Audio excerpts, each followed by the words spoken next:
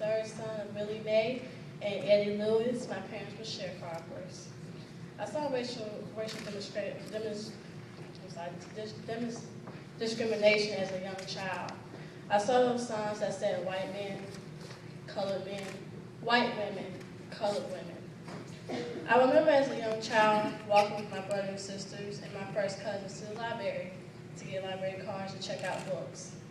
We were told by the librarian that we couldn't get them because this library was only for white children.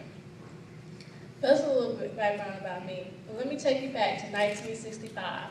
It was a brisk, breezy, and a few puffs of purplish clouds scattered across the clear blue sky. It was noon when I arrived at Brown Chapel Church. 500 marchers had already gathered. King instructed Andy to choose someone to be my co-leader. The odd man out had to be Hosea. This little slice of history was made by the flip of a quarter. It was close to 4 p.m. when Andy, Hosea, Bevel, and I gathered the marchers. There were nearly 600 of us by now. When we reached the crest of the bridge, I stopped dead still in my tracks. Facing us was a sea of Alabama state troopers. I told Hosea that we should kneel down and pray to show them that we were not being violent. But by the time I could get that thought out, Major Cloud barked, "Advance!" By the time the attack was over, I was bleeding badly. My head was throbbing with pain. I heard a woman scream, "God, we're being killed." It was close to 4 p.m. when United Press International reported this account of the attack. The troopers, possibly under Governor George C. Wallace's orders, to stop the Negro walks from Montgomery, from Selma to Montgomery, chased and screaming, bleeding marchers nearly a mile back to the church, clubbing them as they ran. Ambulances screamed and relayed between the Samaritan Hospital and Brown Chapel Church, carrying hysterical men, women, and children suffering wounds and tear gas burns. By nightfall, things were calm. The assigned party massed in the church. More than 600 people arrived. The church was packed wall to wall. They had been banished earlier that day. I didn't have a speech prepared at the time, but the words just came out. I don't know how President Johnson can send troops to Vietnam. I don't see how he can send them to Congo. I don't see how he can send them to Africa. But he can't send troops to Selma, Alabama. Next time we march, we may have to keep going from Montgomery. We may have to go to Washington.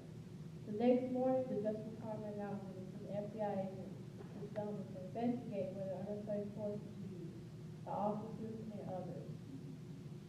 Governor Wallace went to Washington to speak to President Johnson to stop the movement. That means backfired. Johnson did not agree to help Wallace. On Saturday, March 13th, along with 70 million other Americans, we listened to Lyndon B. Johnson make what many and I consider the finest speech of his career, but probably of any president has made on the subject of civil rights. He said, "Even if we pass this bill, the battle is not over. What happened in Selma is part of a far larger movement, which, in every section of the state of America, it is an effort that American Negroes to secure for themselves the full blessings of American life. The cause must be our cause too, because it's not just Negroes, but really it's all of us that must overcome the crippling legacy of bigotry and injustice, and we shall overcome." On August 6th, after a long evening journey through both houses of Congress, the 1965 Voting Rights Act was signed into law by Lyndon Johnson.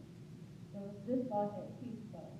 Among the provisions were the suspension of literacy tests for 22 states, including Alabama, Georgia, and Mississippi. The appointment of federal examiners to replace local officials as voter legislators. Authorization for the Attorney General to take action against state and local authorities that use the poll tax as politically supported. After signing the bill, President Johnson gave hands to Dr. King, Rosa Parks, and several other leaders, including myself. I still have mine hanging on the wall by the bill itself. Today I look at young people and I say, we have much you can change, and so much things you can do to change them. But that isn't the question.